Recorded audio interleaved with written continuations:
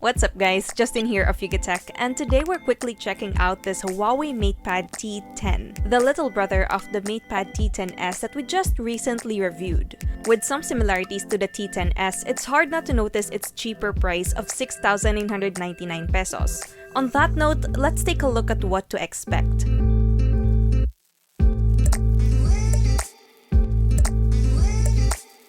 Before we go on, let's see what's in the box first. So inside this white Huawei box, we're immediately greeted with the unit itself. Well, it looks a lot like the T10s, but without the Harman Kardon logo.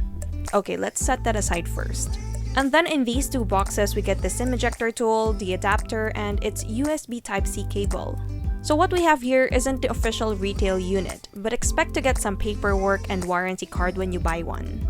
Putting the spotlight on the tablet now, the MatePad T10 is just a thin smaller than the T10s. It's got a metal body too, but its short plastic bar near the rear camera has a matte finish on it, unlike the glossy one on the T10s.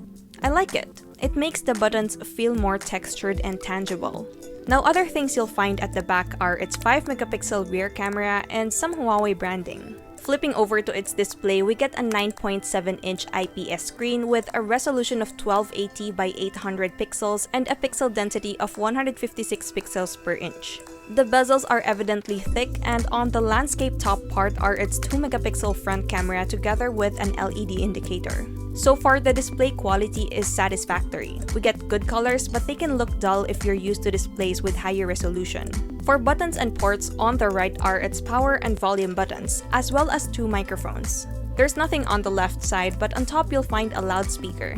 And as for the bottom part, it has another loudspeaker, a USB Type-C port, a headphone jack, and a micro SD card slot for up to 512GB. Yup, there's no SIM slot here.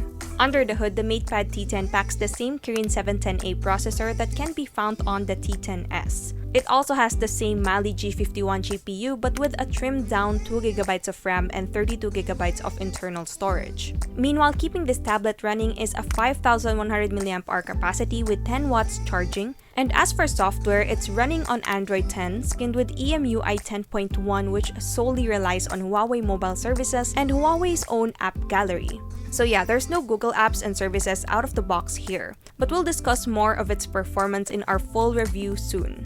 When it comes to price, the Huawei MatePad T10 has an official tag of 6,999 pesos, and it's now available for pre-order in Shopee, Lazada, and Huawei's online store. So far, this entry-level tablet offers some pretty reasonable specs to achieve that lower price tag. The necessary features are there, but I do wish they kept the LTE connectivity. Then again, we'll use it more in the next couple of days, so stay tuned for our full review. And by the way, in case you don't know it yet, Huawei just launched its official e-commerce platform, the Huawei Store. Here you can shop all authentic Huawei products without any worries, as every transaction is safe. You can also pay any way you want. There's cash on delivery, credit cards, and e-wallets like GCash, Alipay, or WeChat.